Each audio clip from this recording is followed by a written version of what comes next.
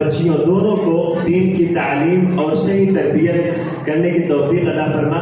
اس کے بعد آخری جو ہمارے تقریر کرنے والے ہیں جن کا موضوع ہے شادی پر گناہوں کا ارتکاب۔